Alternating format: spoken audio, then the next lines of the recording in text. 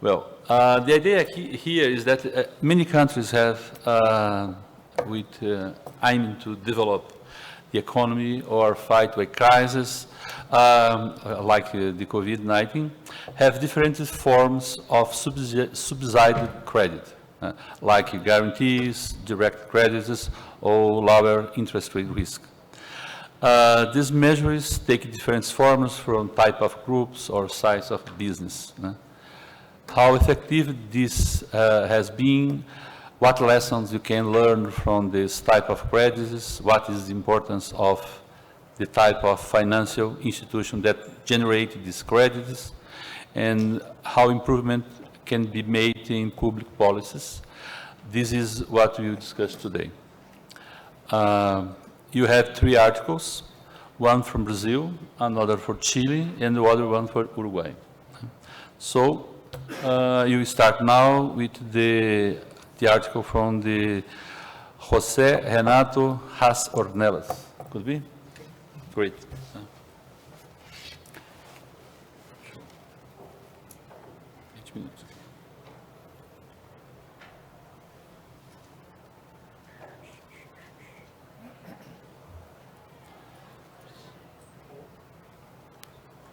Hello.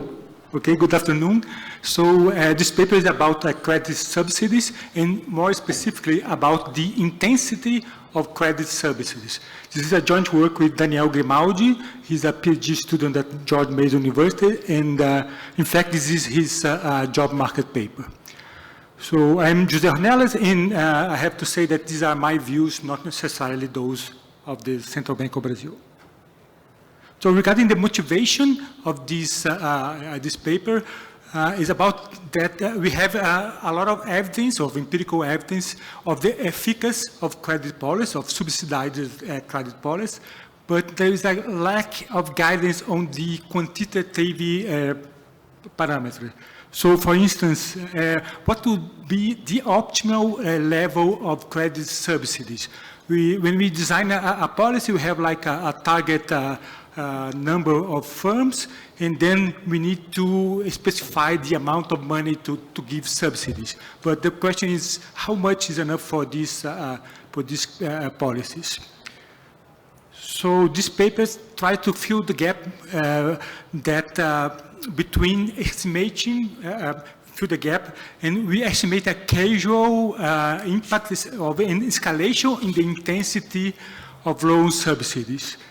So basically, what we do, the review of this paper, we evaluate the impact of increasing the level of subsidies of a specific earmarked credit program here in Brazil. So we are trying, our goal is to separate access to credit from the intensity of subsidies. So to do that, what we do is to explore a specific change or a new program in Brazil called PSI that was somewhat unexpected in 2009. And the idea of PSI was to, let's say, overcome the negative impacts of the crisis in 2008 that created like a recession in the beginning of 2009. And then this PSI was designed to give more, to give credit with more intense level of subsidies. So what we do, we will analyze the impact of this new program called the PSI by comparing the effects of the effects on borrowers of the old program before PSI and the new program, the PSI. So basically, we do like a local difference in difference using PSI. The general results, we have different results for small and micro firms and mid-large firms. So for mid-large firms, we found no results on the employment variables, but we find, as expected, an increase in the level of subsidies. And what happens for these kinds of firms, or mid-large firms, is that they are merely changing old credit with a higher interest rate by new credit with a lower interest rate with no real effect. On the other hand, for micro and small firms, we see an increase also in the earmarked loans, but we do see a real effect. So we see an increase in the number of employees, an increase in the payroll, and increase in the working hours. So we have this trade-off between, we have subsidies, but we could find employment effects. One thing, however, for micro firms, we have a short-lived effects. It vanished after 2 years, maybe before. You see on the dynamic coefficient graph.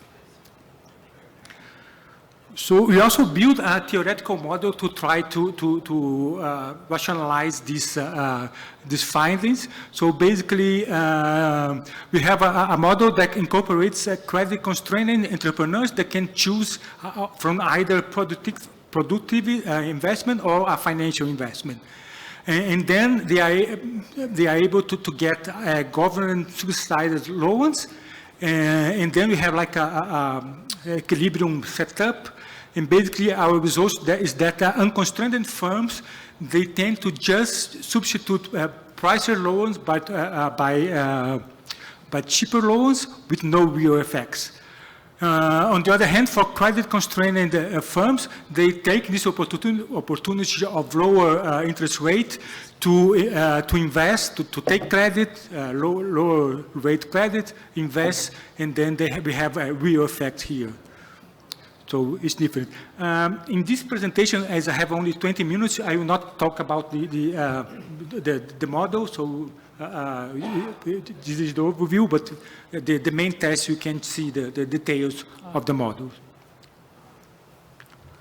Okay, regarding the literature, we have basically two, let's say, strands, or the two sets of papers in the literature with conflicting results. So first, Cavalcanti and Weiss, they have a result for small firms, and they've actually found significant real effects for credit subsidies.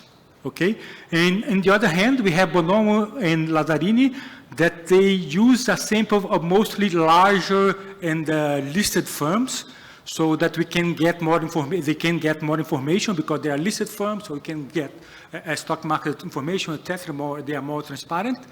But then the results are that there are no impact on investments. So we have basically two sets of papers, one for small firms with significant real effects, and the other for larger firms with no real effect. And then in our empirical setup, we have a kind of setup where the magnitude of the change in interest rates are very high, so we can better identify. And also, we have a set of firms with a wide range of size. So we have from micro firms to large firms. So in this way, we can better, let's say, identify the different effects depending on the size. So that's why, because of that, we are able to do this reconciliation between these two sets of paper, and this is one of the contribution of our paper to the literature. Okay, regarding the context of the PSI, as I said, it was after the crisis of 2008, and this PSI was a program that fundamentally increased the intensity of the subsides. So basically, the access to credit, the access to subsidized credits remaining more or less the same. Let's say the guidelines were more or less the same, but the intensity was increased. Also, it's important to say that these loans are not very frequent. So they are mostly associated with the expansion or renovation of the operation capacity of the firms. So they don't take these loans, let's say, every month or every 6 months. It's more like every year, 2 years, etc. So they are not frequent, and this is important for our identification strategy. Okay, this kind of, regarding the identification strategy, this kind of assessment of subsidized credit is somewhat tricky because usually firms self-select themselves into these programs. So basically, the access to subsidized credit in Brazil, we have a firm that they want to invest or to expand or renovate, etc., and they apply for these loans. So we have a problem that firms that have subsidized credits from the FINAME or PSI, they are fundamentally different from firms that do not have this kind of credit, because they are firms that are trying to expand, etc., etc. And this is a problem when you want to analyze the effects of subsidized credit, because firms may be very different. So controlling for observer factors would not solve this selection bias.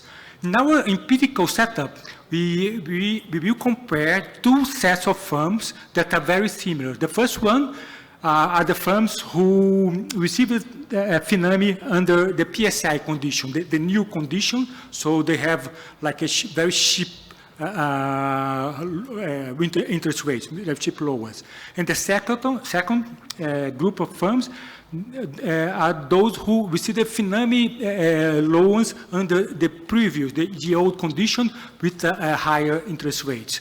So the good point of our identification of our empirical setup is that the first advantage, this is an homogeneous set of firms.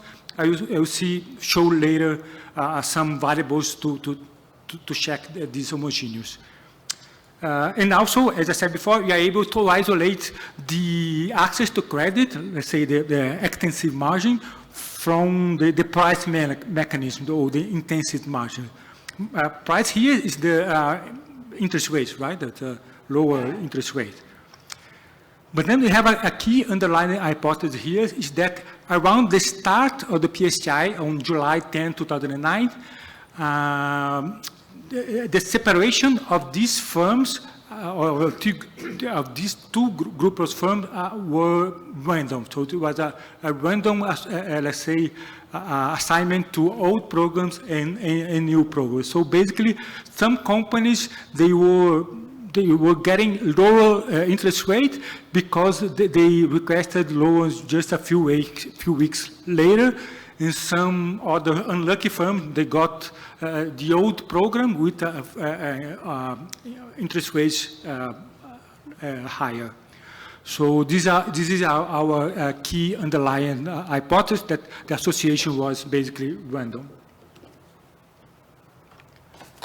So we define our treatment and control groups using different windows around the start of the PSI. So our baseline identification is a time window of 3 months. So basically, we take the start of PSI, and we take 45 days before and 45 days after the PSI, and we use the firms that take loans from PSI from the old programs around this time window. And then we have also robustness checks of time windows of 5, 7, and the full years of 2009, just to check if this set of firms, because it's expected that if you take a very short window, firms will be homogeneous. As we enlarge the time window, firms will start to be more heterogeneous. So it's expected here that for the three-month identification windows, firms will be homogeneous, and for the other windows, this is not no longer the case. Regarding our econometric strategy, as I said, it's difference. Our dependent variables are basically these subsidies variables. So we calculate the subsidies for each firm, at firm level. Also label variables, the number of employees, the payroll, and number of hours. And also debt variables to see whether the year market and free market loans increased or not. Then we have a set of fixed effects, firm fixed effects, time fixed effects, and here we have a chronological time and relative time fixed effects. And our main variable is a dummy variable that is equal to 1 if that loan is from the PSI, the new program with cheaper credit, and 0 if they are from the old program. Okay, so our main coefficient here is the delta. And then in the error term. We have also the dynamic specification for the same specification, but here the delta will be time varying.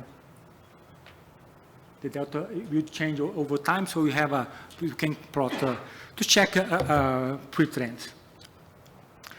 Regarding the data source, we have information from the BNDES. This information is public. We get this public data. Credit thresholds from the central bank, and employee data from the HAS.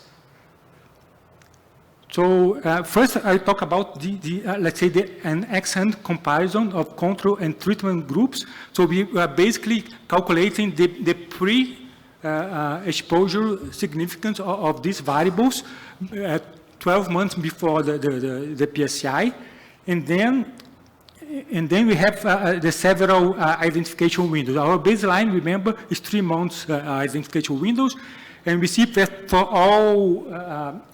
all variables, this is the p-value, that for all variables we have no difference between control and treatment groups. So they are really homogeneous groups of firms.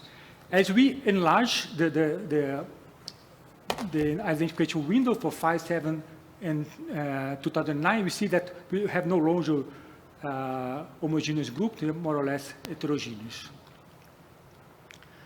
And then our main results, in the paper we have the results for all types of firms together. Here I am separating, so these are the results for small and micro firms.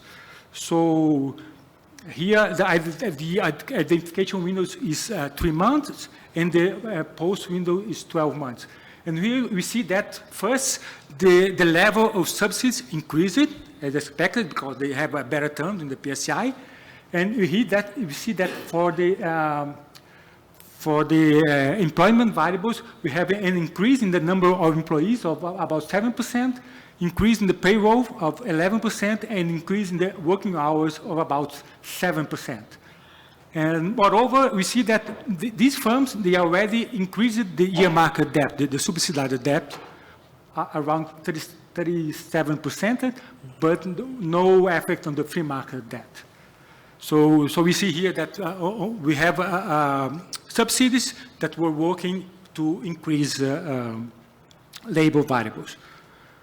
On the other hand, for mid and large firms, we see that again we have an increase in the subsidies, a large increase of 50%, for instance, but no effect on the labor variables, on the number of employees, payroll, etc. Actually, the point estimate of the labor variables, they are even negative, not statistically significant, but they are even negative. And also for the earmarked debt and free market debt, we see that there is no effect also. So basically we can interpret this, that this kind of mid-large firm, they are just replacing previous debt for new debt with lower interest rates. But this is not generating any labor effects or real effects. And finally, let's see the dynamic coefficients. So here I'm showing just for a small and micro fund, because for a large fund we don't have no effects. So we see that on both cases we have no pre-trend. So before the PSI, we have absolutely no difference between treatment and control group.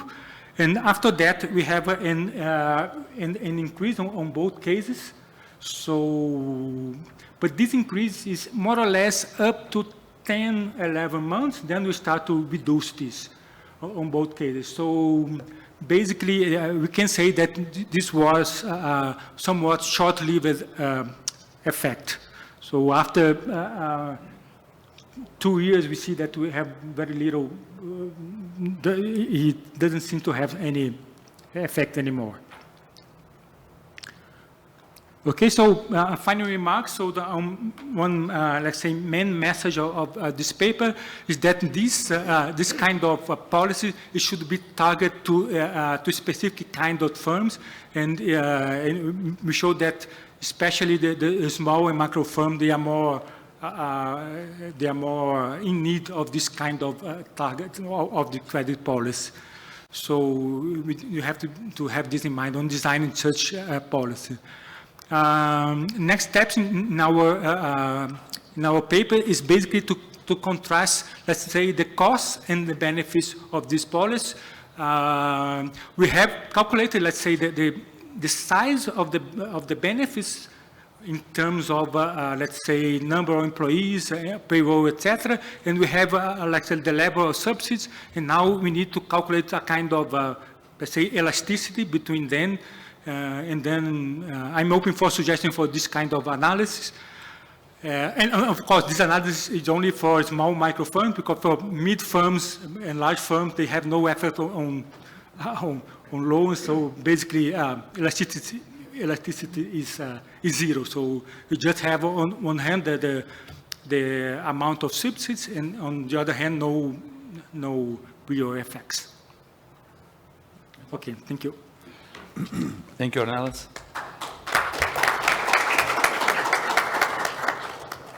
Now, the discussion, Carlos Hidrogo.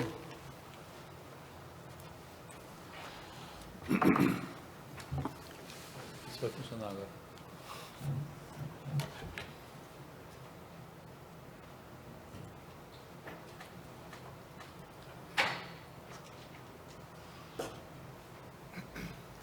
Okay, thank you very much for inviting me to discuss this paper. I really enjoyed reading it. So this paper tackles a really important question. Do firms need cheaper credit to growth or not? And this question established a very important challenge. First is that how we disentangle between credit access from credit costs, right? Because usually policies that expand or that reduce or that provide credit subsidies, that reduce credit cost, are associated with an expansion in credit, an endogenous expansion in credit supply. So what the authors do in this case is exploit in a policy reform in Brazil that increased the subsidies on air market loans, and then combine this with an empirical setting that is a local difference in differences, where they compare firms that take these loans before and after this regulation. So it's a local difference in differences approach.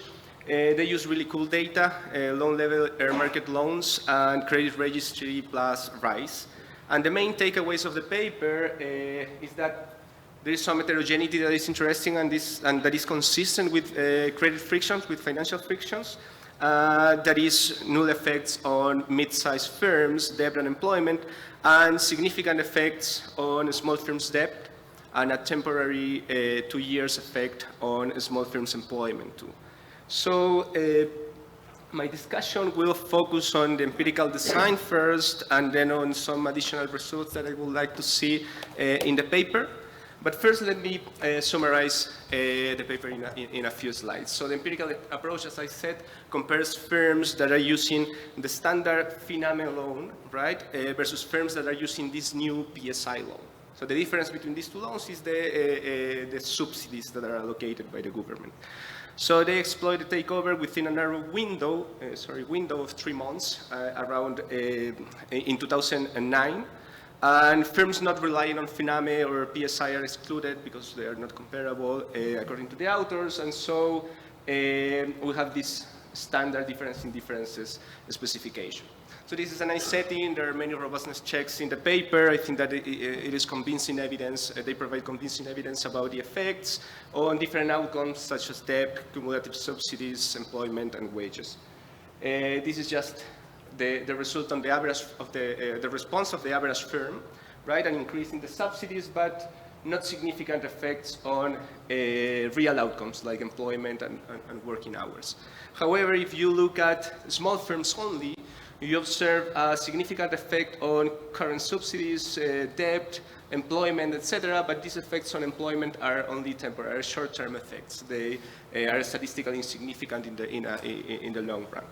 So now let me present my comments. My first comment is about the empirical design, as I said. I think that treatment, there is some treatment intensity that varies across firms that could potentially explain these results that small firms are more sensitive. So as I said, the authors compare firms that are using the standard FINAME versus those that are using the PSI. But let me go one step backwards and ask, what is changing with PSI loans? So what is changing is the interest rate, right? So if you think of the interest rate on FINAME loans, they have three components: the funding cost of the BNDES, the spread of the BNDES, and the private bank spread. So it could be markup, firm risk, etc., right? So what happens with PSI loan, different from FINAME loan, is that this spread is capped. So there is a maximum spread that is predetermined by the government, right? So what matters then is the difference between this fixed spread and the private bank spread without the program. And we can, at least I guess, that this difference might vary across firms. So potentially the bigger firms obtain loans at better rates, so the effective subsidy, which would be the difference between these two guys, might be lower in principle, and that could potentially explain these differences that we observe in terms of the response of real outcomes. So what I would like to see, for example, in the paper is this figure that they put for all these loans, FINAME loans, the distribution of interest rates here, and the distribution of the PSI loans. This is for all firms. But it will be super interesting to see how this distribution behaves for bigger firms, for medium-sized firms, right? Probably this difference in interest rates that we observe from 10 to 6 may be lower for larger firms, and that could motivate a further exploration of this heterogeneity in terms of effective subsidy.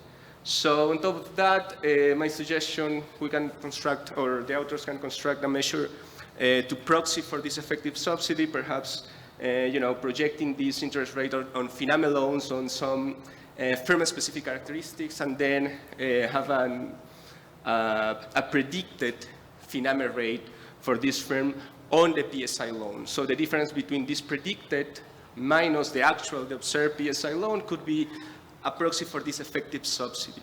Then the authors can estimate the same regression that they present, but with this interaction term, just to see if this guy here plays a role or not.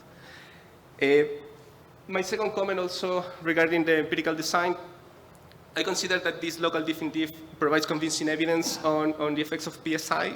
It's very cool, the results are very cool, and the robustness checks. But of course, I think that, as any other empirical design, it has a cost. The cost is that the effects are local and only for firms around the cutoff, and up to 1 year ahead, because as I read in the paper, usually these FINAME loans are 1 year duration, right? So the firm after 1 year usually takes a second loan. So probably we can only estimate the effects up to 1 year. So when reading this paper, another paper came to mind, which was recently presented in the MBR trade session, about the real effects of trade financing by export credit agencies by Kabir and co-authors. And they also look at credit subsidies for exporters. And I think that the design can be implemented here, just as a complementary analysis, of course, to explore, for example, aggregate effects at the firm level and long-term effects that could be interesting to document as well. Of course, this specification has another cost. It opens new discussion on identification, but I think that it could complement the previous one by estimating some different margins. In this same line of looking at some aggregate effect and long-term effects, we can think of alternative measure of treatments to complement the analysis, like differences in bank takeover of these subsidies. There might be some specialization in banks on different loans. Differences in the industry dependence on the machinery that is financed by PSI loans and FINAME loans, because as I read in the paper, it's not for every type of investment. So I think that these alternative measures could help in looking at some interesting aggregate effects and some local general equilibrium effects, etc. My final comment is about exploring what is the role of credit constraints. The authors look at size-specific financial frictions. I think that they can construct some alternative measures using age of the firm and industry-specific needs of external financing, some measure of local bank competition, etc., that could add some interesting angles of, what is the role of financial frictions in shaping the effects of these credit subsidies. That is in line of the main goal of the paper, of course. Finally, this is probably a minor comment about the distribution of subsidies in this case. Which lenders reach to these more sensitive firms that they document are small firms? There's another paper by Jose Renato about air market loans in Brazil, that bigger firms tend to obtain more of these loans. So it could be nice to see which firms, what is the share of each firm, right? The medium size and the small firms in terms of participation in these air market loans, because that could determine potentially the aggregate effect of the program. So look at lender incentives could be interesting to understand why these small firms that are more sensitive may participate to a lower extent in the program.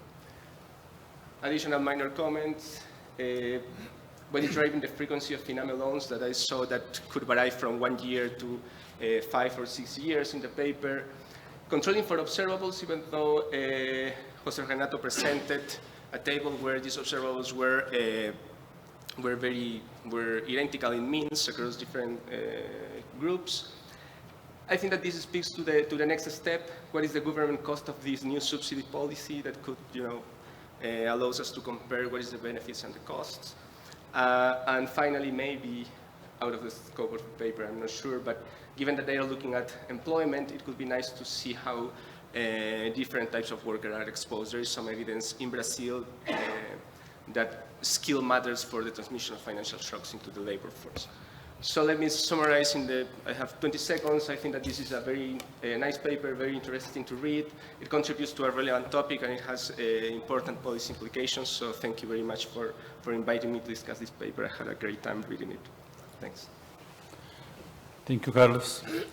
Now, if you, Ornelas, like to make some comments, please. Okay, Carlos, thank you for the comments, very helpful. I would like to make sure just two comments, because you have several comments. So the first one is regarding the decomposition of the interest rate. These rates, they have several, let's say, components. So they have the basic rate, the spread of the bank, the spread of BNDES, etc. But here in the central bank, we have only, let's say, the overall rate. So we cannot decompose this, because it would be interesting to, let's say, to check only the pure subsidies without the risk component, etc. But this is confidential data from the BNDES, so we cannot, for now, use this.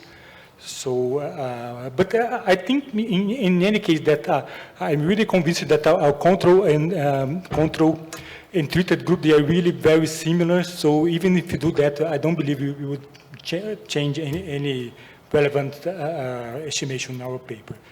And the second comment, you mentioned a paper about exports. We here in the central bank have data on the exchange rate contracts for exports. It is already in our to-do list to try to use this to check whether we have any effect on the exports of these firms. I'm not sure if we will be able to get enough firms that export in this sample, but it's worth a try. And it's, I think, would be similar to that paper that you comment there. Okay. No, thank you. Well, now you have a time to some questions for the audience. Who is interested, please turn on the microphone, and then you can speak. So, please. Very, very good paper, congrats. And my question is about the predictability of the PSI. So you mentioned it was sudden, so the firms couldn't predict.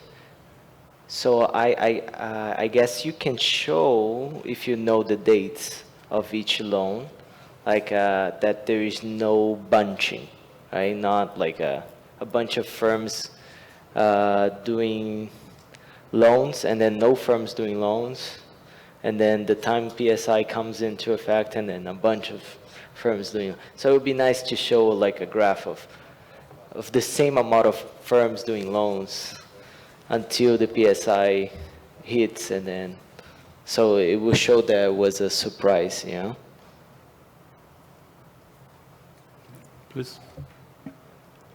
Okay, so we have the exact date of the loan, but there is also, in fact, we have an overlap because between the date that the firm requests the loan and the date it was granted, that the date we have is the granted date, there is some, let's say, time window where the bank will analyze, etc., and this is random, not the same. So we have some overlapping. So we have PSI loans before the old one.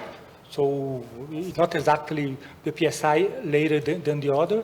So, but I guess we don't have the application date for the loan. So we cannot actually check this.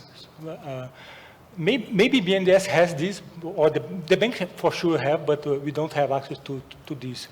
But in fact, we have some overlap of the loans, and it's a kind of the information about the new conditions. They will not, let's say, spread very fast. It takes some time to spread. I guess that because of this, this is an argument that PSI was unpredictable because you would apply weeks and weeks before, and then some of people got the old one because they applied their time was 3 weeks instead of 4 weeks, you know, and then that gives into the point that was hard to predict.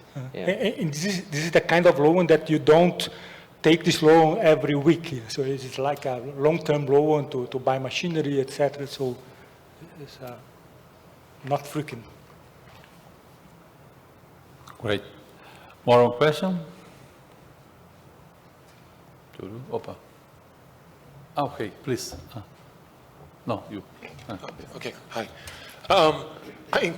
A very interesting paper. I'm not sure if I understood completely on the treatment effect, but my perception, also based on the good, interesting comments of the discussants, that's a temporary shock. So basically, this is a cash windfall for the firm. So I would be a little bit more cautious when interpreting that these effects are weak, especially over the longer horizons, because if this is a small windfall, we can get actually a quite large elasticity. So for example, if I have a loan of 100 and I'm saving only 1%, only 1 year, that's 1% of 100, that's 1 over that year. So it would be very useful to have some measure of elasticity, how much more jobs I get per each reais that I'm getting as a subsidy. And if you look at the difference in the interest rate and the size of the loan, you can back that out. So if you use that elasticity, you can use that for policy to say, here's the size of the typical subsidy. And you might get a very large effect once you think about a more permanent or larger policy. No. In fact, what happens is that after the start of PSI, we increasingly have more firms with the PSI conditions and less firms from the older conditions. So we need to set up a window. So in the end, the window was quite small. But I think we could do this kind of elasticity and then let's say generalize to the other loans or the PSI. And moreover, I forgot. I don't see necessarily as a problem that the window, I think it's clean. I'm just saying when you're interpreting the magnitude, I think you want to estimate something like an elasticity. And you could quantify for that. Sure, yeah. Maybe the magnitudes are actually quite big because it's a very small subsidy. The number, I mean, what you care in the end is how many jobs you create per each real that you give to. Yeah, so, but the question is how to do this, let's say, should we consider every month calculate the subsidies and compare with the number, with the payroll, the increased payroll, but then this is like say, it increases up to 10 months and then goes back, so we don't know exactly where to stop calculating this elasticity. If we calculate just for 3 months, it would be 1, and it's a kind of time variety. So we're still trying to think how to calculate this elasticity.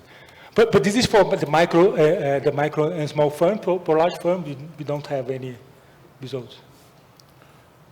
Okay, thank you. Now you go to the next article.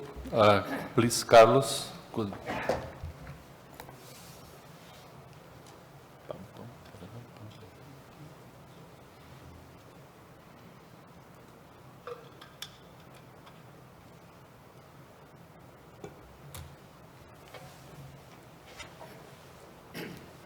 Okay, thank you very much for including my paper in the agenda. I'm very happy to talk about financial stimulus and microfinance institutions in emerging markets. This is joint work with Walker Tercuba, Eduardo Diaz, and Elmer Sanchez from the Central Bank of Peru, so the usual disclaimer applies. Let me motivate a little bit this paper.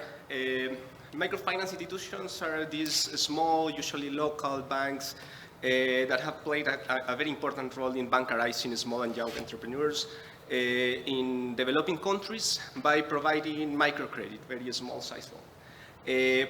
However, their effects on the real economy are in principle not clear, right? One can argue that this very small credit, small size credit, microcredit is not sufficient for sustainable growth, so these institutions might have minor effects.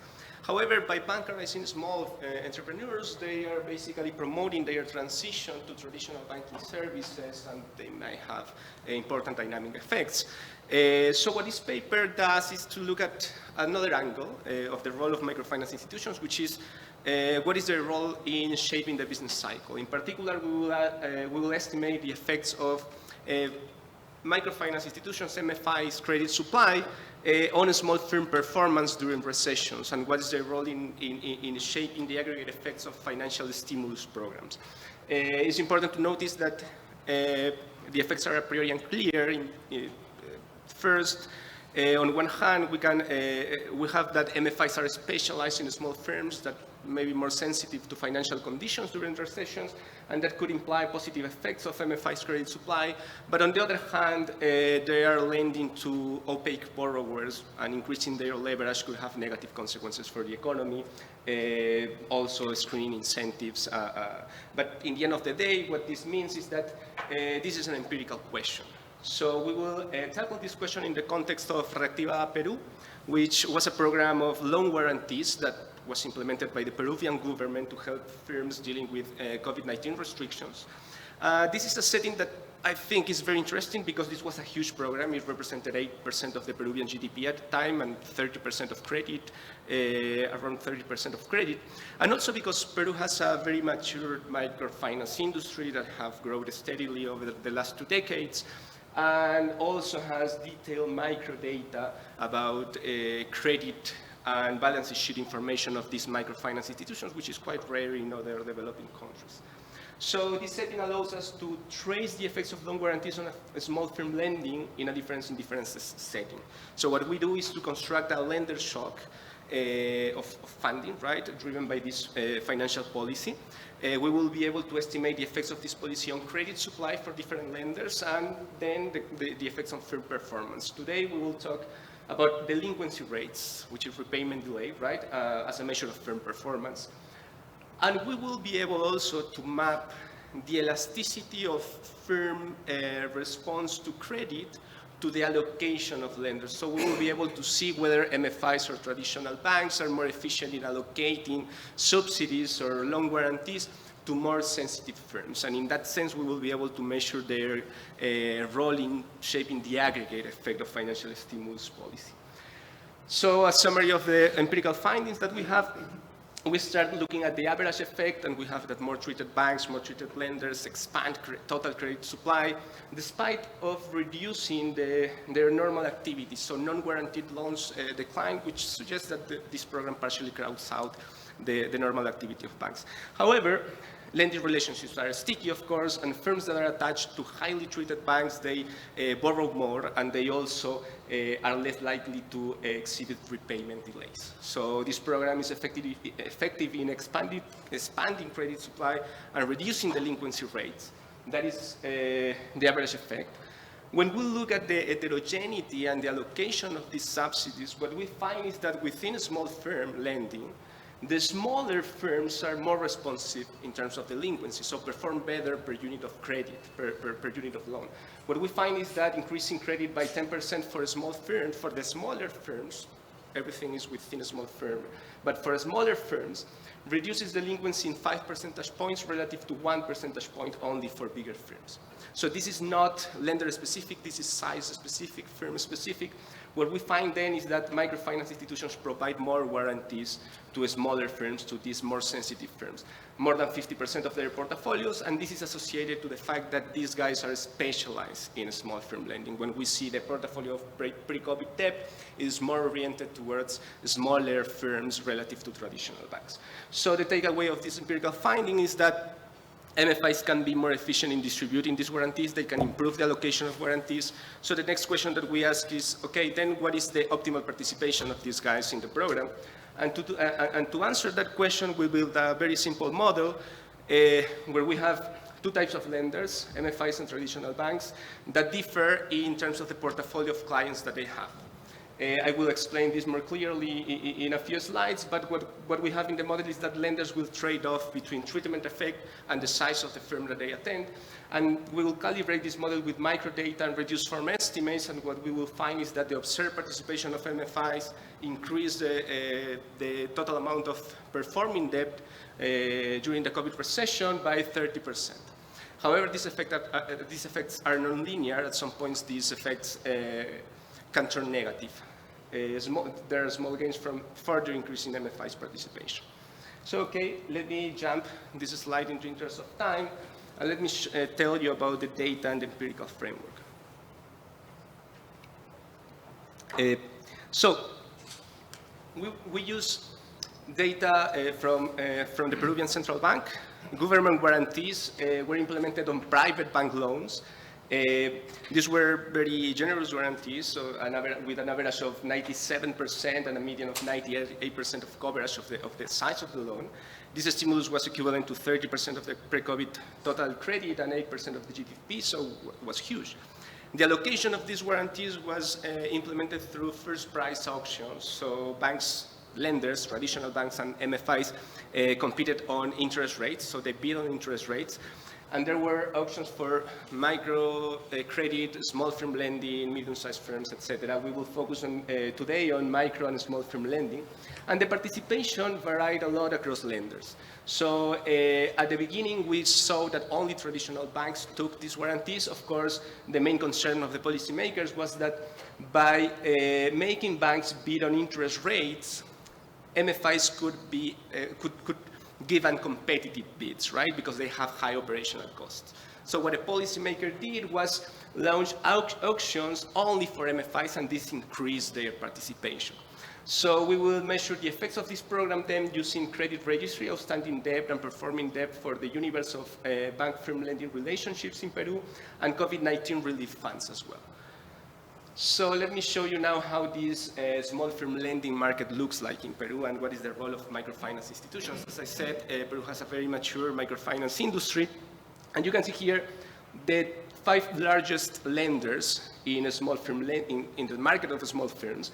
And you can observe that we have only one bank, one traditional bank, which is the biggest one, and 4 microfinance institutions at the top 5. And if you see the universe of loans, total banks account only for 40% of these loans. Microfinance institutions account for more than 60%. They provide small-sized loans, as I said, and they account for almost 80% of the number of firms. Okay, so they are super important. And now let me show you some aggregate trends, so the evolution of some aggregate variables, just to give you some evidence of the effects of this program, okay? So in the aggregate, if we look at the evolution of credit for traditional banks in red and microfinance institutions in blue, what we can observe is that right after the program, so here you have 2019 December, and the first quarter of 2020, and then the program was implemented. So you can observe a rapid increase in the growth rate of credit of traditional banks. Nothing happening, at least not in the first quarter, for MFIs until the central bank promoted their participation with a specific MFI-specific auctions. And then they took over and they expanded credit supply. In the end, of course, the final growth rate after the recession is similar across these two lenders. And what happened to delinquency rates is that given the credit expansion, delinquency rates decline almost mechanically for traditional banks because of the condition of the program. But once the conditions of the program expired, we observed, of course, the COVID recession led to an increase in delinquency. We observed an increase in delinquency for traditional banks that was bigger than that of MFIs. So what this suggests, basically, at least looking at this aggregate figure, is that MFIs with a smaller expansion of credit were able to, the clients attached to MFIs, with a smaller expansion of credit were able to perform better after this recession. But this is only aggregate motivating evidence. Let me now show you a little bit about the empirical design. So as I said, we will construct a measure of treatment of exposure at the lender level based on this ratio here that basically measures what is the difference between the takeover of guarantees of the banks relative to their participation in total loans before COVID. So this is inspired in a recent paper by Joao Granja and co-authors. And what we observe here is the distribution of this lender-level treatment. There is an important heterogeneity across lenders. We will split this basically for this presentation. We will split this into two groups. Those highly treated lenders and those less treated lenders. Both of these groups represent 50% of the outstanding small firm debt.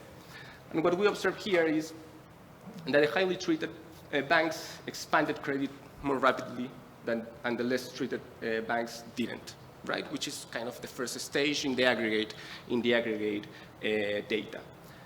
What happened to delinquency is that it was similar before the implementation of the program, but then highly treated banks reduced delinquency in the short run over the business cycle, while less treated banks couldn't. So now this is for all banks, so traditional banks and MFIs. So this is kind of our first and second stage, but in the aggregate data, the last results that we will discuss in this paper are based on splitting lenders into traditional banks and MFIs. And what we observe in terms of delinquency is that traditional banks, again, highly treated traditional banks are able to maintain delinquency rates constant over this recession, different from the less treated ones, but these are short-term effects. What we observe in terms of MFIs is that the effects are substantially bigger and quite persistent. So the key takeaways of this aggregate evidence are the following. The program was effective in increasing credit supply and reducing delinquency rates, but there is a huge heterogeneity in terms of which lenders provided these loans. So now that we have this aggregate level evidence, we will dig into the microdata to explore what is happening, to explain why these facts are observed in the aggregate data. Okay, so the empirical results, we will estimate this specification, which is a standard difference in difference specification. We have a credit of firm I with bank B, treatment at the bank level. Bank involves both traditional banks and MFIs, okay? And we have some controls at the bank and firm-specific time-varying fixed effects. This is the standard Guajamian specification, right? So we have an expansion, nothing happening before the implementation of the program, and an expansion in credit after the implementation of the program of loan guarantees. There is some crowding out, some evidence of crowding out in the normal activity of banks. And these are non-guaranteed loans. These are normal loans, not subsidized. And this decline, despite of this decline, we still observe an expansion, as you saw in the previous graph, in total credit supply. We aggregate our data at the firm level to test what is the role of lending relationships. And what we find is that firms that are attached to highly treated banks, which is measured by this exposure, this is only the weighted average bank treatment. Nothing happening before the implementation of the program, an expansion in credit supply, in firm borrowing, again, partially crowding out of normal activity of banks, and a decline in delinquency that if you take these two numbers together here, it implies that a 10% increase of credit leads to a 3 percentage points decline in delinquency for the average firm. So our micro data, where we can control for multiple firm fixed effects and demand time-varying fixed effects, tell us that this program, again, was effective in increasing credit supply and reducing delinquency rates for the average firm. So in order to understand the heterogeneous patterns that I show you in the aggregate data, what we do here is to study the cross-section of firms, whether there was any heterogeneity in terms of the response of smaller versus bigger firms. What we find is that what we do is to estimate this IV difference in differences specification, the response of delinquency, which is our measure of firm performance, an indicator of whether firms have more than 30 days of repayment delay. We'll project this on the total credit of the firm, and we will instrument this total credit with our measure of exposure that is based on bank treatment. So what this table shows is that for the average small firm, a 10% increase in credit leads to a 3 percentage points reduction in delinquency rate. However, these effects are not homogeneous across firms. If we split small firms in two groups, the bottom 4 quintiles in terms of debt size, the bottom 4 quintiles are more sensitive. A 10% increase in credit reduces delinquency in 5 percentage points, while the top quintile, which is the bigger size firms, 10% more credit reduced delinquency only by 1 percentage point, 1.4 percentage point, okay? So, as I said, we have some robustness checks. This is not lender specific, this is firm specific. So after doing this exercise, what we ask is, okay, which lenders are reaching out these more sensitive firms? And what we find is that in terms of allocation, if you observe this last column here, we put here the share of warranties of MFIs across firm size. So for the smaller firms, within smaller firms, for the smaller ones, MFIs put more than 50% of their portfolio of warranties here. And for non-MFIs, which are traditional banks, only less than 20% of their portfolio is allocated on these, towards the smaller firms.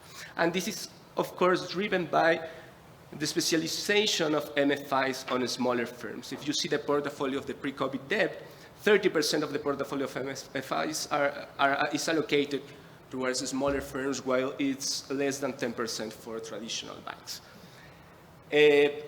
So with this, what is the takeaways of this microdata analysis is that the program, again, was effective in increasing credit supply and reducing delinquency, mainly for the smaller firms.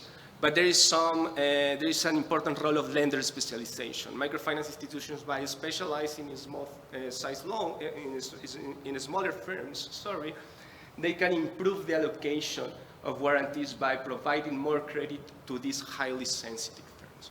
So the final question that we ask in this paper is, okay, so what is the ultimate participation? Should policymakers promote or have promoted an even bigger participation of MFIs or not?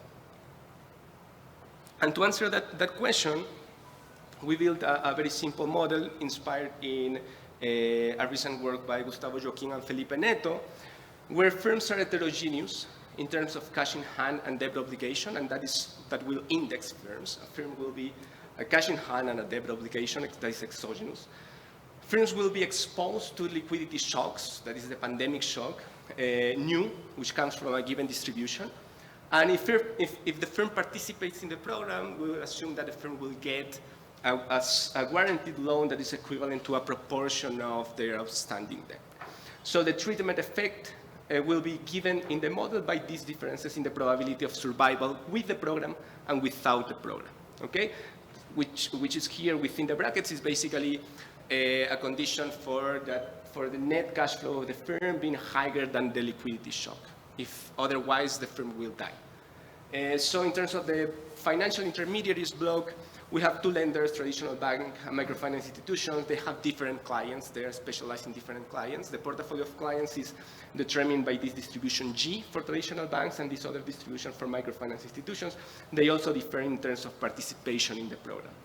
Lenders will choose which firms to attend. This is the policy for the lender, L, 0 or 1, 0 not attended, 1 attended. Of course, if they don't attend the firm and the firm survive, they run a risk of poaching threats. So if they don't attend the firm and the firm survives, the firm can leave the bank. So let me, in the interest of time, go rapidly over this. This is the expected profit of the lender for the relationship with the firm J. So what we find with this model, calibrating with the microdata and the reduced form evidence, is that, let me just talk about this graph, I have 10 seconds, is that the participation of MFIs here increases the effectiveness of the program measured by performing debt in the recession, right? This is performing debt. It increases by 30% if we incorporate MFIs given the observed participation. The effects of providing more participation or more guarantees to MFIs is basically very small. And of course, if we allocate guarantees only with MFIs, the effects are negative. We reduce the amount of performing debt. So these are the conclusions. I'm running out of time. Thank you very much for your attention. Thank you. Now, please, I invite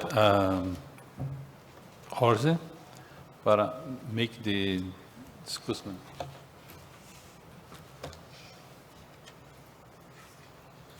Good afternoon. Thank you very much for the invitation and giving me the opportunity to read this paper and make some comment on it.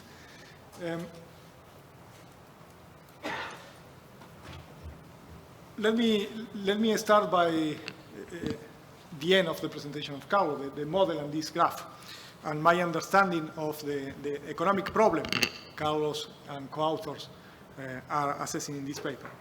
There are heterogeneous firms that face a shock, and it's optimal to support firms with the highest probability of surviving with an emergency loan.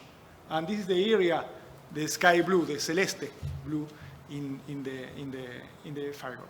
But of course, financial intermediaries would like to secure repayment from more risky than optimal firms. This is a kind of a strategic behavior, opportunistic behavior, and this could increase the cost of the program. So the design of the program is very important from an ex-ante perspective. And on top of that, there are specialization in financial intermediaries. There are heterogeneous financial intermediaries, and some of them are called banks and cover the most biggest firms and business in the country. But there are others, microfinance are called, and these are specialized in small firms. And this kind of specialization, given a global shock like COVID, calls for the participation of both types of financial intermediaries in the program. So the questions Carlos posed and tried to answer, how important is that microfinance institution access to the financial stimulus program? Is the special auction implemented by the government justified or not? And how efficient was the program to avoid the distress in the economy? The empirical findings, they use a rich data set on Reactiva Peru, this stimulus program in Peru. They found that the microfinance institution participation increases by 30% the effectiveness of the program. And this is a measure like debt saved from default in some sense, the access to the program. And also, banks expand the supply of credit, but reduce the supply of out of the program loans, this crowding out effect of some substitution of warranties giving an idea of some strategic behavior by banks. And lending relationships playing an important role on the allocation of emergency loans, and this is a very nice paper evaluating this policy in Peru. I have some set of comments, some of them on the theoretical part. It will be worth to better map theory with empirical implication, like some kind of testable implications in your model. And it will be worth to gain precision in what you are talking about in the model and which is the link to empirics. For example, the terms treatment effects, sensitivity, and probability of surviving with a loan are or not the same? I was a bit confused when reading the paper about that. And another question related to the theoretical model that bothered me a lot during the reading is whether or not initial debt obligations and cash in hand are stocks or flows. And I'm a bit confused about that, and you should gain clarity for readiness of the paper. For example, if they are stocks, I presume that the shock is a flow. So are you mixing stock and flows in the equation? If flows, for a given maturity of debt, it might be the case that a firm cannot repay the loan in the period of the shock, but still be solvent and success in the future. These things will be worth to clarify in the writing of the paper. Another question, and you talked during your presentation about this, is whether the results flows directly from the design of the program. For example, the repayment of the program starts 12 months after the loan was granted, and if you put here in the green area this 12-month period, pretty coincide in aggregate with the fall and rise in delinquencies rates. So it may be worth to elaborate a bit more on that things. On the empirical framework, you use this variable which is called treatment, which is a measure of the intensity in the use of the program. And it's not treatment in the sense of a random control trial, for example. It's not completely exogenous, on my view. It's more a question about that. It depends on the financial institution decisions, which in turn will depend on the portfolio of the financial institutions at the moment of the shock. In some sense, the bank has a portfolio of firms, so the shock occurs, and these firms need some extra loans. And so the bank bids for the loans from the program, and the firms get the loans. So it's some kind of cyclical thing over there, and I am concerned about the endogeneity of these things, or the selection bias also on these things. Also for the parallel trends before the program starts, that you need to have a clear identification. And a minor point, the post variable is not defined on the paper. I presume that is one after the program starts and zero before. Some final comments. It's a nice paper revealing the importance of the design of a financial stimulus programs. Could gain clarity. I hope these comments help to improve the writing of the paper. It is good, but it is things to improve over there. And it will be worth also to put more details on the program designs itself and more data, the data you use. For instance, I don't know if you have data on the interest rate, on the prices of the loans under the program, and this data could be exploited. So these are my comments. Congratulations, and thank you very much. Thank you. Now, Carlos, would you like to make some comments? Yep, thank you very much for the great comments. Really appreciate it. They will be super helpful to improve the paper. So I totally agree. The economic problem, as you described, is that the social planner would like to attend firms that have higher treatment effect, but the private bank will have a trade-off, right? They will basically trade off between the treatment effect and the client size. So in terms of the comments and questions, yeah, I totally agree that a bit more work should be done to map in a better way the theory with the empirical evidence. And one of something that is right at the top of the to-do list is that treatment effect in the model it's not exactly the same as in the data. See, in the model we have not this intensive margin in terms of delinquency rate. We have a probability of surviving. So that is exactly in the top of the to-do list. Regarding your question of the stock and flows, in this case, this is a static model actually. So these are flows. Yeah, this is debt service, and that's why the condition is established in that way. The repayment period, exactly the 12 months, and that is why I'm not focusing on the short period effect, but on the dynamic effect here.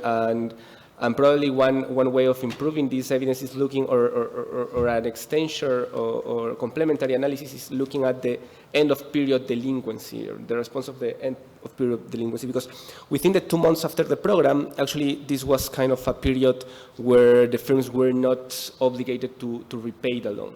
So that is why you observe, as I said, a mechanical reduction in delinquency. And what is interesting to us is the end of the period delinquency that, as I show you in the aggregate data, differs across lenders, but totally agree with that comment. And finally, the question about potential endogeneity on this treatment measure. It depends on financial institutions' decisions, but they are taken actually at a very aggregate level, not only at the small firm market, in particular for the traditional banks that are predominantly attending bigger firms.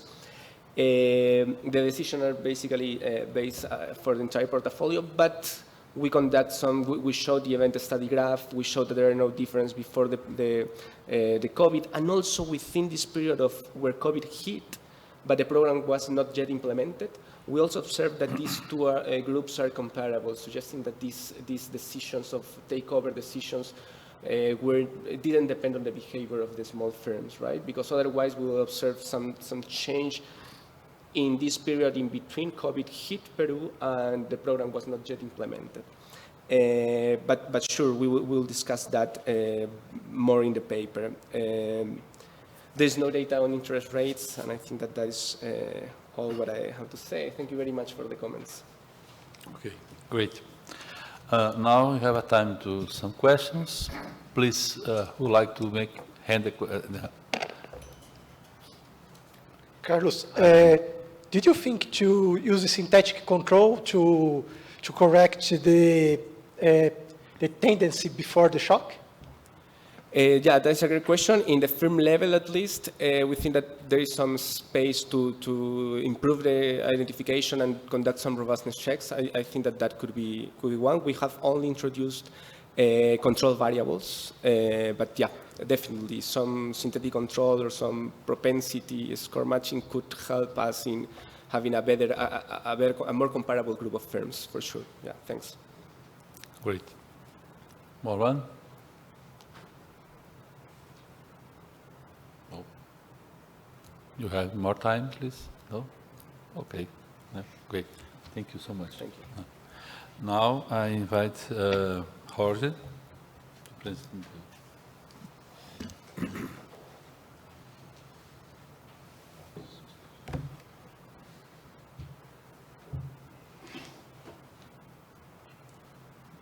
Okay. Well, good afternoon again. Thank you very much.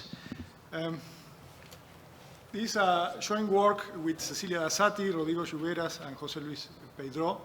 We are at Central Bank, some of us, so the usual disclaimer apply.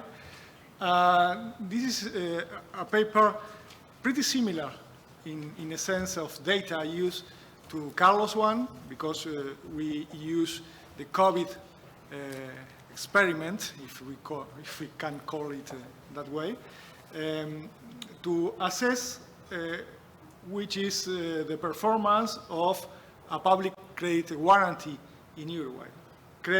Access to credit during a stress time is pretty difficult to firms, so many countries in the world during COVID implemented public credit guarantees as a collateral to banks to issue firms, to grant credit to firms. And this collateral is assumed by the government in general, and this is the case of Uruguay. And there are a lot of empirical evidence about the effectiveness of these programs to sustain firms and to sustain growth during the pandemic. And we contribute with another paper about that, but also by assessing, and this is the main contribution we claim to do, to assess what another instrument, another potential instrument, which is lending by a state-owned bank, performed during the pandemic. And because the public credit guarantee can be used by the state-owned bank, we can assess whether or not these two policies, the public credit guarantee and the state-owned bank, are in some sense substitutes or complements. Substitutes if the credit by the state-owned bank need to be backed by a public credit guarantee, and complement if the state-owned bank grants credit even without a public credit guarantee. So this is the objective of the paper. The main results are that the public credit, that the bank credit, the bank lending increased during the pandemic, benefits mostly firms with lower credit risk before the pandemic. And this kind of credit was eligible for the public credit guarantee, so we find this positive impact of the public credit guarantee scheme on credit. The results, the empirical results suggest that without the public credit guarantee, the credit by private-owned banks will decrease instead of maintain constant or increase as it finally happens. But also we find that the state-owned banks support firms with good ratings, which also are covered by the public credit guarantee, but also firms in not so good ex-ante payment conditions, which are not eligible for the public credit guarantee. And in this sense, it complements the lending by the state-owned bank, complements the public credit guarantee. We find also that the public credit guarantee was good for building new banking relationships, which is important ex post after in the recovery of the shock.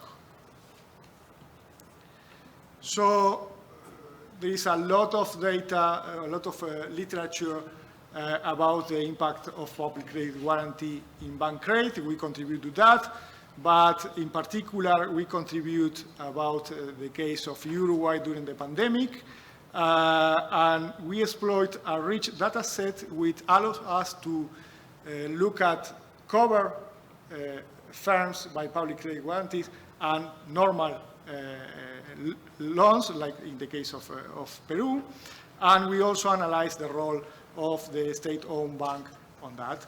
And we also contribute to another strand of the literature, which is the one on banking relationships, by assessing the impact of the public credit guarantee and the state-owned bank in creating new relationships. So a quick overview of the banking system. The case of Uruguay is interesting because there is a state-owned bank, which a market share of around 30% of the loan market. But interestingly, all banks are subject to identical banking regulation and supervision, and the state-owned bank also publicly asserts its commitment to profit maximization, to act as another commercial bank, even though there are differences in the solvency of the state-owned bank, which is bigger than the average of the private-owned banks, and also on the non-performing loans. And of course, we will control in our empirical exercise for these bank-specific differences. The bank credit, the COVID started in March 2020, like here, and credit remains robust. In the case of a state-owned bank, it increases. In the case of the average of the other banks, it maintains a bit constant. And this suggests that the public credit warranty could be an important component overall on the credit behavior. As for the public credit warranties, what the government did was to expand an existing public credit warranty, and this, in the design of this, on this scheme, only formalized small and medium enterprises could be eligible, and could be eligible only firms with good credit ratings ex ante, before the pandemic starts. I will show results with credit ratings running from 1 to 5. 1 and 2 are good credit ratings. 3, 4, and 5 are, in some sense, bad. Of course, there is a continuous of credit ratings. The program expanded quickly during the pandemic. It rises 1.5 times the warranties given in the previous 10 years. Around 30% of the new credit to firms during the pandemic were supported by this warranty. So we use data from granular data from the credit register in Uruguay, which is a loan-by-loan data set. We use data on the balance sheets of banks, and also we got data on which of the loans are backed by a public credit warranty. So going to the empirical analysis, the first question we pose is to see the evolution of bank credit during the pandemic. So we run this simple regression. Here in the left-hand side, there is the logarithm of credit to firm F in bank B at the moment T. And we put on the right-hand side COVID, which is a dummy variable equal to 1 when we are in the COVID period. We have different combination of control variables, and this implied the estimation of 4 specifications for each model. We also ran the model for the entire set of firms and by credit rating before the pandemic of the firms, and the results are robust to all specifications. So I will show here today just the result of the more saturated specification of the model. As for the controls, we use bank and firm fixed effects in one of the specifications, the simplest one. In the second one, we use on top of bank and firm fixed effect, bank firm covariates, like, for example, the number of relationships of the firm with the banking system, the non-performing loan ratio of the firm, write-off, debt restructuring, the composition by currencies, US dollar versus Uruguayan pesos, how the ratio of the short-term debt in total debt. In the third specification, we add to the fixed effect bank covariates, like the solvency ratio, the non-performing loan ratio of the bank, the profitability of the bank, like a ROE, and so on and so forth. And in the fourth one, we combine all the things, fixed effect, firm bank covariates, and bank covariates. So this is this graph shows the beta 1 coefficient in the equation 1 and the confidence interval, as we can see for all firms and also by credit ratings. Remember, ratings 1 and 2 are good ratings and eligible for the public credit warranty. Ratings 3 to 5 are not eligible for the public credit warranty. So in all firms, the credit has a significant increase, different from 0, and it's explained mainly by the firms which good ratings, in particular in the mid of the range, not significant in the case of the limit in the cutoff and rating in the eligible firms, and firms with bad ratings before COVID, for these firms, credit decreases.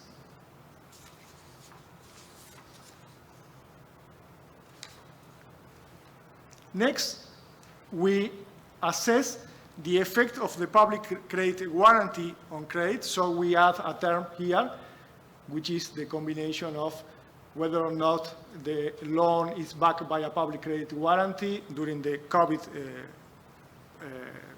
period. So we focus on the firms which are eligible.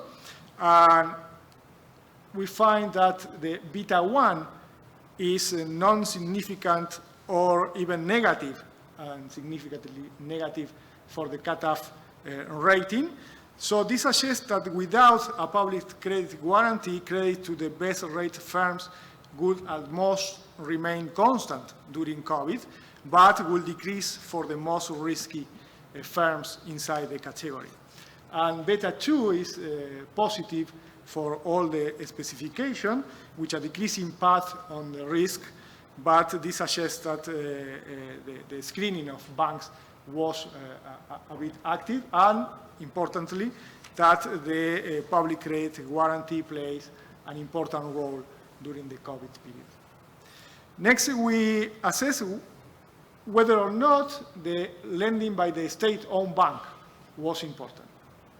And remember, the state-owned bank could lend to the entire firms, to the entire group of firms, with and without being backed by a public credit guarantee. So if we focus on beta 1 first, we got a decreasing path.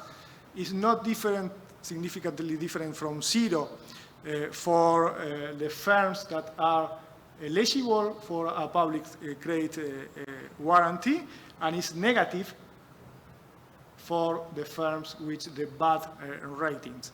And this suggests the behavior of the private-owned banks, because here we have the state-owned bank in this regulation, so this is the complement. Private-owned banks will not increase so much credit or will decrease credit for the worst firms in the sample. Beta 2 refers to the state-owned bank, and is positive, but for the worst of all credit ratings, and the previous to the one is significant at 10% only. This remarks the importance of the state-owned bank vis-a-vis the private-owned banks, and suggests some complementarity on the state-owned banks with the public credit guarantee, in particular for the good ratings. And then we assess by introducing the interaction terms of public credit guarantees and state-owned bank in the regulation, we assess whether or not this beta 4 is significant, which means that the state-owned bank lend but backed by a public credit guarantee by the government. And it's not the case. If we go coefficient by coefficient, the beta 1, which is in blue, is negative, so this suggests that absent the public credit guarantee and the state-owned bank, credit will be lower for all firms and all credit ratings. Beta 2 in red suggests the importance of the public credit guarantee as before. Beta 3 in green of the state-owned bank is positive for all the good ratings. And beta 4 in orange is not significant. So the state-owned bank does not depend on the public credit guarantee to extend credit. And the importance of the public credit guarantee through the state-owned bank is not significant, while it is for private-owned banks. So finally, we assess whether the public credit guarantee and the lending by a state-owned bank helps to create new relationships. So this dependent variable new relationship is equal to 1 if the firm starts a new relation with a financial intermediary in period T. And on the right-hand side, we put the public credit guarantee and the state-owned bank. And we find that it was, on average, an absent or controlled by the public, the lending by the public credit bank, by the state-owned bank and the public credit guarantee. It was difficult to start new relationships. It's less likely to start new relationships during the pandemic, but the probability increases when the loan is backed by a public credit guarantee. The back by a public credit guarantee helps to create new relationships, which is important in the aftermath of the crisis. And we find no significant results for the state-owned bank lending. So, to conclude, there is increasing empirical evidence on the effectiveness of the public credit guarantee, but we find also this for the case of Uruguay. We provide evidence on the effectiveness of another tool, which is lending by a state-owned bank. And our results suggest that both policies are complementary rather than substitutes. More precisely, the public credit guarantee has a positive impact on credit, especially for firms with a low credit rating and through the channel of private-owned banks, while the state-owned banks support firms that are not served by private-owned banks and non-eligible from a public credit guarantee. And finally, the public credit guarantee also helps to foster the creation of new banking relationships. So thank you very much. Obrigado.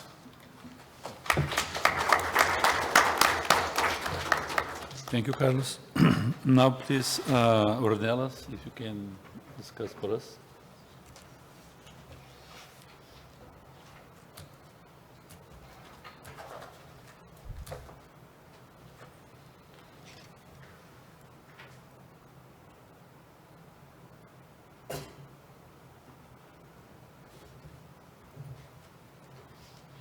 Okay, so this is a paper about public credit guarantees and state-owned banks. It's a topic that I like, and I enjoyed reading the paper. But these are my views, not necessarily those of the Central Bank of Brazil. I have to mention this. So I will first talk about my view of the paper, and then I have 3 comments about this. So the paper evaluates both the public credit guarantees and the state-owned effects on the pandemics on 2020 in Uruguay. So basically, the public credit guarantees, they were only for the high rating, the best ratings. And in some way, this was a complement with the behavior of state-owned banks. So in terms of results and contribution, first, it confirmed the existing literature about the positive effects of public credit guarantees. So is one of the contribution, but then these effects, they seem to be more important for private banks. So private banks, they took more the opportunity of using these guarantees when lending to these firms. Also, state-owned banks, they were important for firms that were not covered by these guarantees, or in this case, for firms with bad ratings. So basically, state-owned banks, they were in some way a complement because they were focused on bad rating firms, while the public credit guarantees, they were focused on right rating firms. And the third contribution would be that PCGs helps starting new relationships, and specifically for private banks. So I think that the first result that is just a confirmation of positive effect on this PCG, But the other two contributions are very interesting, especially the relationship contribution that I found it especially interesting. And in fact, my three comments are about relationships. So the first comment is about this results on the new relationships. So basically on figure 10 and table A5, the result is that first, for the general COVID results, we have a lower probability of new relationships, and this is expected because you have a high level of uncertainty, and then this naturally will decrease the probability that banks will start new relationships. But then, with the PCG, especially private banks, they decrease, the PCG will decrease this, this decrease is lower for those firms that are covered by PCG. So they have a lower probability of new relationship, but this decrease is lower with PCG. And finally, there is some evidence that PCG effect is higher for private banks. These effects, they are borderline significant, but I think you can interpret that there is some effect. Then my suggestion is why not estimate these results by rating? I know that for the PCG, I think if I'm not, I think you have 5 different ratings that are covered by the PCG, but maybe you can calculate these effects for each one of these 5 different ratings. They are good ratings, but they still have some heterogeneity. Because the idea is that maybe banks, private banks, they are doing some kind of cream skimming, and then maybe, let's say, the rating 1A, they have a stronger effect in rating 2B or something similar, because private banks, they are trying to capture specific firms with a very high rating, and PCG may be allowing them to do this kind of capturing of new clients. The second comment is still on new relationships. So the paper is already evaluating the status of new relationships, but why not check for pre-existing relationship with the state-owned banks before the pandemic? Maybe it may be the case that those firms that had a pre-existing relationship with public bank or state-owned bank, they may be benefit by this existing relationship after the pandemic. And then we have here in the Central Bank of Brazil a working paper that tried to explore this pre-existing relationship. It's a paper by Bruno Cortes, Thiago Silva, and Bernardo Van Dornick. They compare firms that had a pre-existing relationship with a state-owned bank before the 2008 crisis with a firm that had a pre-existing relationship with a private bank. And they found that those firms that have a relationship with a public bank, they will benefit after the crisis, the 2008 crisis.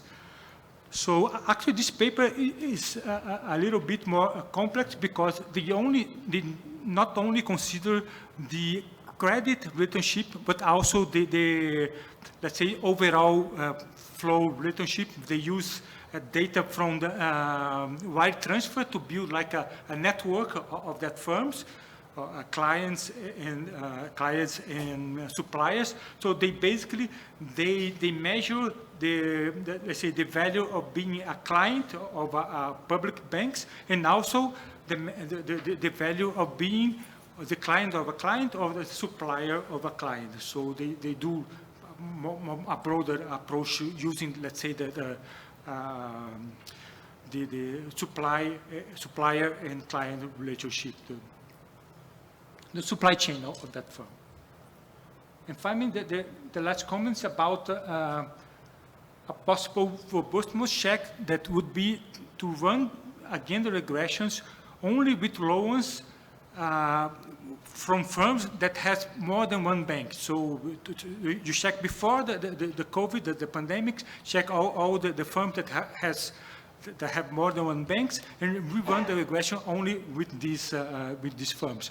And the idea here is to have a better identification, because we would compare the same firm with two different banks. So you don't have I think the current setup, you have, let's say, one firm with one bank and another firm with another bank. So you have a different firm, maybe they are not exactly the same. If you restrict your sample with only firms with the same firm with two banks, you would have a better identification. However, on the other hand, your sample will be no longer representative of the overall population. So you would be checking these results for firms with let's say, that are a little bit higher than the average firm, because, you know, small firms, they usually have only one bank, so you would be excluding these firms. So results would be, let's say, on firms that has less credit constraints in normal times. So that's it. Congratulations on the paper. Okay, thank you. Jorge, you would like to make some comments, please? Yes. First of all, thank you very much for your comments. Very good comments to continue working. I completely agree with the first one about the estimate the new relationships regression by ratings. We didn't do it for the moment, but it's a great suggestion. We will do it. The second one also is a good suggestion. We should go in that direction. I am not sure whether the results will change a lot or not. I guess no, but as a robustness check could work perfectly. The third one, I completely agree with you, even though here we have in the right-hand side exogenous things, completely exogenous. So the identification in that sense is pretty clear. Even though we have done some regressions by looking at the sample of firms that have at least relationships with two banks, and in one of them with a public credit guarantee and in the other without a public credit guarantee, and the results are robust, completely robust. And of course, is the comment you mentioned about the representativeness of this sample. But this kind of Kwajalein identification strategy, we have also results on that, not on the paper, but we could include this also as a robustness check. So thank you very much for all your comments. Okay. Great. You have the time for comments, please. Raise your hand. Jorge, very nice paper. Congratulations. And we actually had a similar product in Brazil called Pronamp, and some of us are studying it as we speak. And I was curious because why didn't you explore more directly the eligibility criteria of 75 billion Uruguayan currency?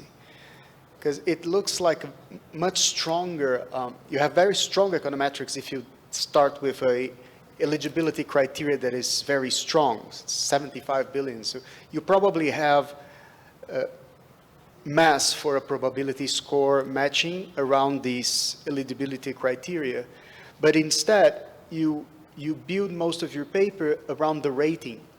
I noticed the ratings are still part of the eligibility criteria, yet they're a little bit more endogenous to the bank perception itself. And I was wondering, why not focusing on what is more exogenous in the eligibility criteria instead of playing with the credit ratings that are very much endogenous to the process and possibly even more endogenous to the nature of the business that were granted credit during the COVID pandemic. On top, second comment, and I think this is interesting because I don't know if I understood it correctly, but it looks like you have a probability model that kind of resembles the spirit of a Heckman model that you use to identify what is effective and that I can use later on a credit regression. Yet it seems to me that this is run over granted loans, not on applications. So I wonder if the idea was to build a Heckman model or something similar, or why did you build it in this way? It simply highlights aspects of the firms that are worth investigating, but doesn't solve the endogeneity issue of an application that becomes a loan. So it doesn't isolate demand. It just highlights aspects of what are the qualities of these firms that ended up receiving credit anyways. Thank you. Thank you for your comments. You refer to the to the criteria to select the firms. I guess you refer to the size of the firm, correct? Sales, yeah. It's a measure. Sales is a measure for the size of the firm.